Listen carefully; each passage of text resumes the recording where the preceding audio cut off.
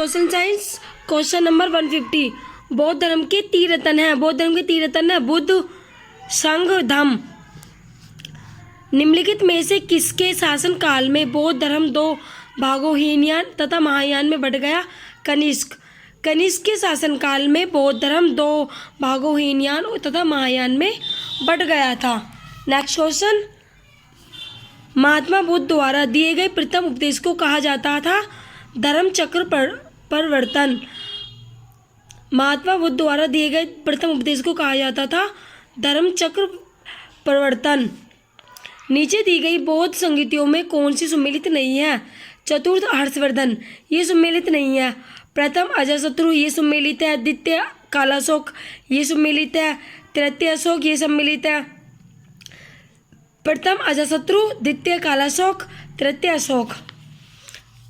Next है, बुद्ध के सर्वप्रिय शिष्य थे आनंद। बुद्ध के सबसे प्रिय बुद्ध के सर्वप्रिय शिष्य थे आनंद। चंद्रगुप्त मौर्य का प्रधानमंत्री था विष्णुगुप्त। विष्णुगुप्त चंद्रगुप्त मौर्य का प्रधानमंत्री था। चंद्रगुप्त मौर्य ने अपना अंतिम समय कहाँ बिताया? श्रवणबाग बेलगोला में। चंद्रगुप्त मौर्य ने अपना अंतिम समय कहाँ बिताया था? श्रवणबेलगोला में। नेक्स्ट, मेगनस्तीत किसका राजदूत था? सेलुकस का। मेगनस्तीत किसका राजदूत था? सेलुकस का।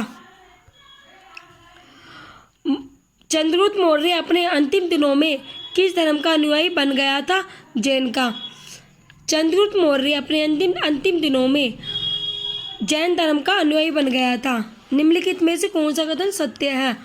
चाणक्य का दूसरा नाम विष्णुगुप्त या कौटिल्य था, सही है। चंद्रगुप्त ने नंद शासक गणानंद को हराकर मौर्य साम्राज्य की स्थापना की, सही है। चंद्रगुप्त ने सुदर्शन झील सौराष्ट्र का निर्माण कराया था, ये भी सही है। सभी सत्य हैं। अर्थशास्त्र किसकी रचना है? कौटिल्य की। अर्थशास्त्र किसकी रचना है? कौटिल्य की। अशोक ने कलिंग पर कब आक्रमण किया था? सन 1961 में।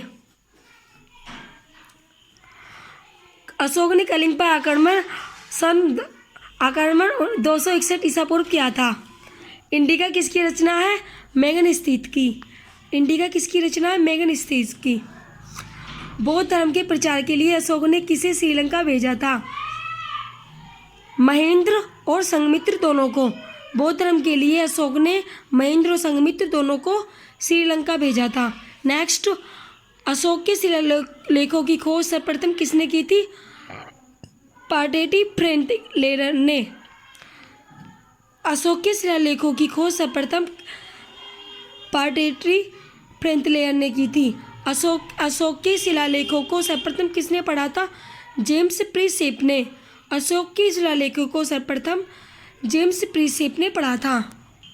नेक्स्ट, सांची के स्तूप का निर्माण किसने कराया था? अशोक ने।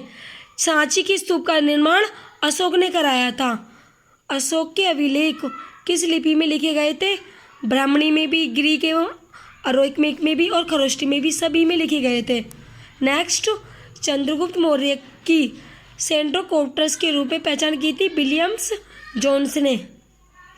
चंद्रगुप्त मौर्य की सेंट्रोकोप्टर्स के रूप में पहचान की थी विलियम्स जोन्स ने। अशोक के किस शिलालेख में उसकी कलिंग विजय का उल्लेख मिलता है? 13वें।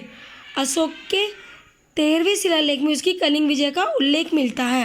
नेक्स्ट, मौर्य काल में गुप्तचरों को कहा जाता था संस्था, गुणपुरुष, संचार, सभी कहा जाता था। नेक्स्ट, मेगनस्तीत के अनुसार भारतीय समाज कितने भागों में विभक्त था? 7। मेगनस्तीत के अनुसार भारतीय समाज 7 भागों में विभक्त था। नेक्स्ट, चंद्रगुप्त मौर्य के महल के अवशेष कहाँ से मिलते हैं? कुम्हार पटना से।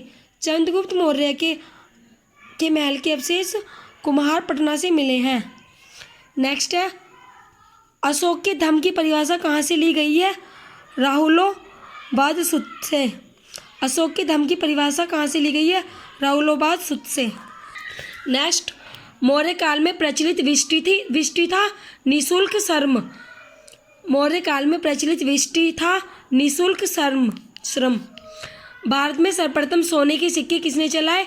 इंडिको ग्रीक ने। भारत में सर्वप्रथम सोने के सिक्के इंडिको ग्रीक ने चलाए थे। शीशे के सिक्के किस वंश के शासकों ने चलाए थे? सातवाहन ने। शीशे के सिक्के किस वंश के शासकों ने चलाए थे? सातवाहन ने।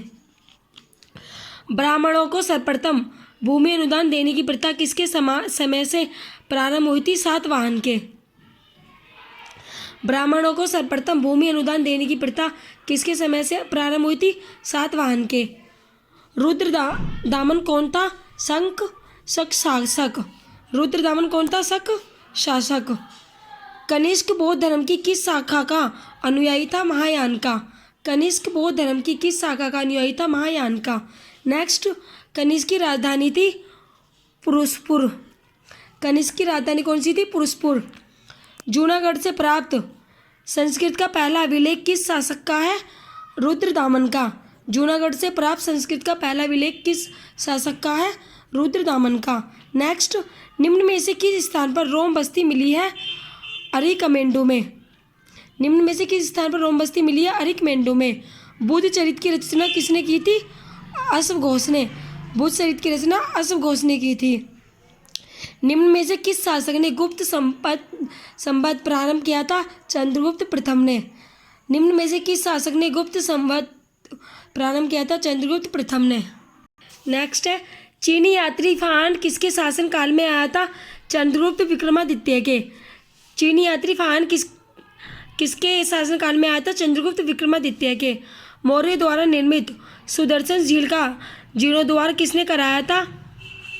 रुद्रदामन ने और स्कंदगुप्त ने, दोनों ने।